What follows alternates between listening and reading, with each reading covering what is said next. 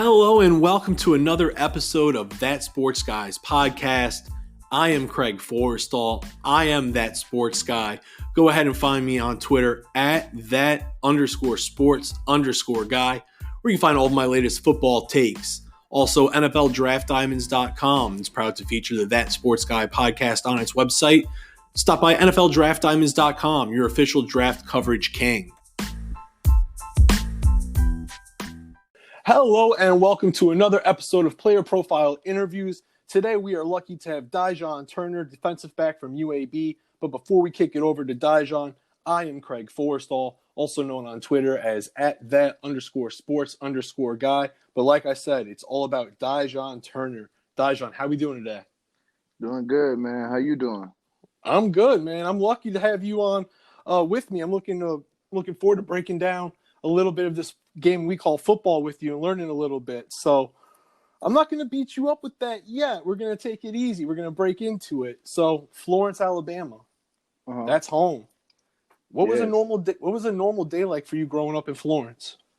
Growing up was kind of chill, man. It's like everybody in Florence is chill. It's kind of like we have like a lot of like elderly people in our town, so it was like kind of like laid back, and pretty much everybody in Florence is like real polite, you know. Everywhere you go, you see, older people everywhere. So it was kind of chill. It was amazing for me because growing up, we just had bonfires and different things like that. So definitely. So when you weren't chilling by a bonfire, what were you doing besides football? Were you involved in any other sports? Yeah, I hooped in high school. So yeah. So you say that with a little bit of a chuckle. Why you say it with a chuckle? Yeah, because, you know what I mean? That was my first love before football was basketball, you know? So I've been growing up playing basketball, and, you know, it was just my first love. And you know, it's always hard to let that first love go. But lucky for you, you were able to earn a scholarship to UAB. And I heard an interesting story about that. I saw that you actually earned your scholarship at a summer camp. Oh yeah, I came down here. I know it was a camp in Huntsville. So me and my head coach, we drove to Huntsville for this camp, and I ain't expect nothing out of it. You know what I mean? I expected to go in there and just do what I do best and just run my 40 and do one-on-ones and do everything I did. But so happened I did really good, and I earned myself a scholarship. And now, like you said, you weren't really expecting too much from that experience. So did they offer you that day during the camp, during drills, or did they contact you like a couple of days later? I got offered on the spot there that day. Mm-hmm. So then with that, once you got to UAB, you've been a part of a nice ride with the program. You're on the come up. And last year, I heard from a lot of people, they were popping on UAB tape to catch Garrett Marino, but they came away loving more than just him because of the depth on the defense. So maybe if you could just talk about the talent that's coming back this year defensively and some of the other guys that maybe our audience should be aware of besides you. Oh, the talent on defense is crazy. Our D-line up front, we got Alex Wright, we got George Smith, we got Fish.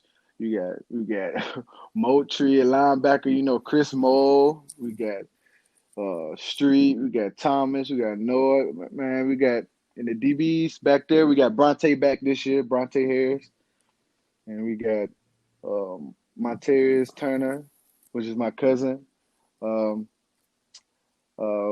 Corners, man, we got some good corners coming back from last year. Same corners coming back last year. Like the same DBs we had last year coming back. So all of us is just molding together even better this year. So now with you and your cousin being on the same team, do you guys push each other a little bit harder? Does smack talk a little bit extra between you two, or is it all love? Yeah, man, we challenge each other every single day, whatever we doing. If it's sprints, if it's 5, 10, 5s, if it's in the weight room, or anything we doing, we always challenge each other to make each other better. And you have made yourself better because according to Pro Football Focus, you're the third highest graded slot defensive back returning in 2020. Why is it taking people so long to recognize you in your game? I think coming from a small school, people don't expect people to do those things. Uh, it's good to see my hard work is paying off, and um, I'm trying to be an outlet for smaller school guys to get looked at or to be like, yeah, they can play too. And you spent a lot of time playing kind of all over the place in the defensive backfield. You've played safety, you've played corner. How has playing those different positions helped you in the slot? Well, man, when I first came in, I played corner, and that really helped me on my man because all the way through high school, I played corner. So when I came in, I played corner. Then I moved to safety. Then after I moved to safety, I went to star. So when I went to star, the man stuff I learned at corner really turned over to help me in the slot playing off man, and that safety stuff I learned back there. Safety also helped me communicate with the safeties more and know where they're supposed to be and know where the corner's supposed to be. So all of it just helped me in the long run. And now you mentioned the star position. For some of our listeners that may not be familiar with exactly what the star position is or what your responsibilities are, could you kind of just give us a little bit into what it is that you're doing at the star position? A star position is like it's a corner slash safety slash linebacker. So I do it all. So I cover in the slot. I blitz.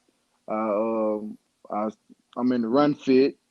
I'm in man, and sometimes we bounce this coverage, and I go back to safety, or I go down, press the slot like I'm a corner. So and sometimes I'm in the box. So it's just a guy that can just play every position.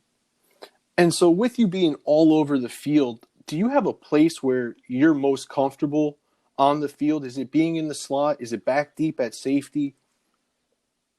Well, I'm comfortable anywhere. I really love the slot. I'm saying I get to see more action. I get to do more things. Uh, anywhere my team needs me to be, I would be there. So I'm not a big guy. Oh, I have to be here. I'm saying? Anywhere my team needs me to be, I will. And now, coming up with that team approach, what has been the mentality this offseason for you and the squad? Because it was a tough couple of losses to end the year in the conference championship and then the bowl game. So, how have you been using that to move forward for this upcoming season? Man, after that loss of the ball game, man, all of us, you know what I'm saying, we've been grinding hard, especially during this quarantine stuff. Um, when we got back, we can see we've been grinding because we ain't had no drop off when we got back from over quarantine. So we've been grinding. We always keep that in the back of our heads that we always lost the last game of the season. That's always in your head. Always, you don't always want to lose on the L. That always sticks with you. So our mentality going into this year is like, bro, we're not losing no games. We don't go in it with all aspects of the game, going in dominating on special teams, offense and defense. So we ain't trying to lose no games. And like you said, you're coming from a smaller school. And when people look at the schedule for UAB this year, probably the first matchup that's going to jump off and hit people's eyes is going to be you playing at the Miami Hurricanes. Mhm. Do you get a little bit more excited for a Power Five conference opponent, or is it just business as usual and you just play because between those white lines, anything can happen? Yes, anything can happen at any time. Anybody can get beat at any time. So whoever whoever steps in front of us, we're gonna battle them every play, every time we play them. So it really doesn't matter who we play. Just know UAB gonna come and we gonna do what we need to do to win the game. Dy'Jonn, what sets you apart from not only the other defensive backs in your conference, but in the country? What sets me apart, man? I watch film a little different now. It's my film study. I think it is. How I watch film, how I watch tendencies, how I watch receivers, how I just study the game now. And now, with you studying the game a little bit differently, was that something that you picked up from some of the older guys when you got in there, or did you just really sit down and start saying to myself, I can do something out here that I'm not seeing right now. Really just start breaking it down, like literally split by split by split, and watching it on that slow mo and just having it go through.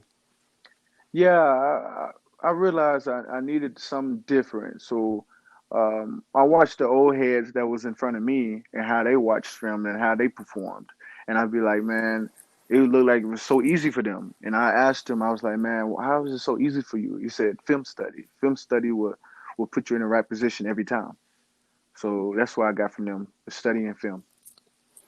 And now I want to jump back to when you were saying that off-season work and how there was no drop off when everyone got back together. But specifically for you, was there one area that you really focused on or one area that you really wanted to improve upon? Oh yeah, I worked on everything this off season. My footwork, my hips, everything. You can never be good enough.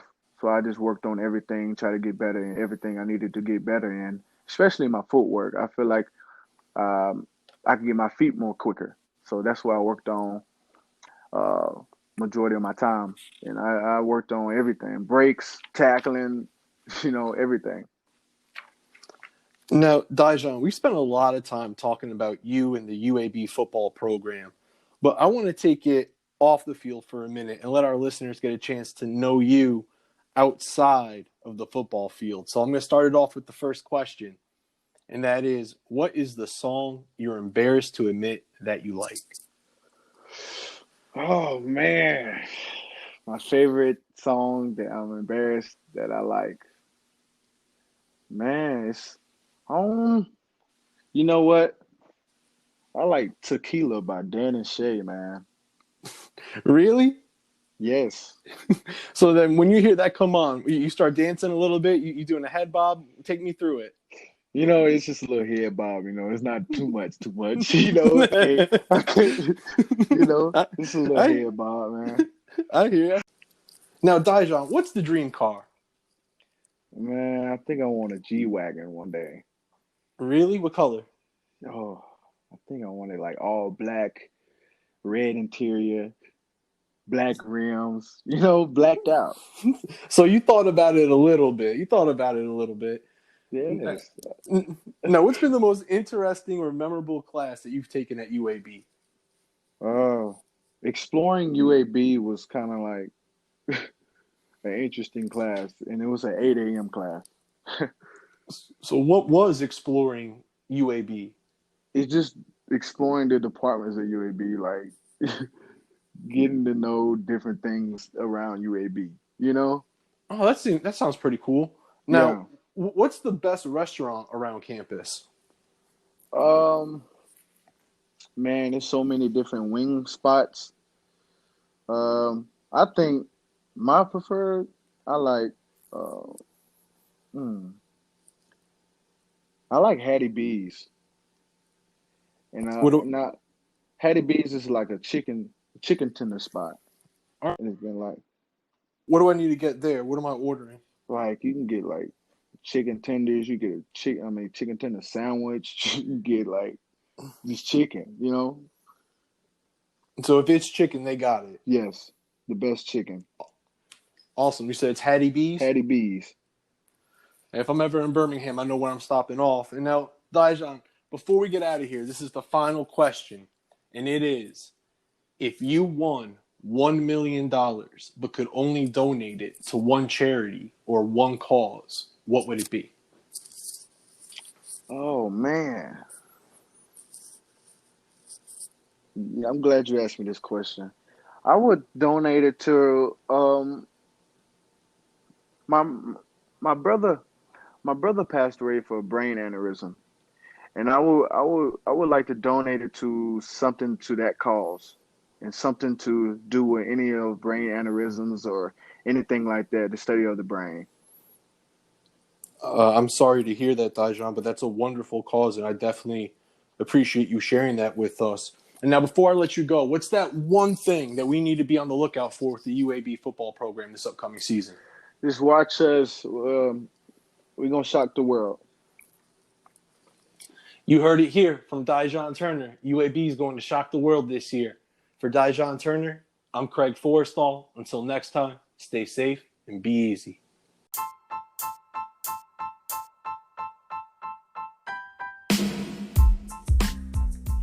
Hey everybody, Craig Forrestall. Thanks for tuning in and listening to another episode of That Sports Guys podcast.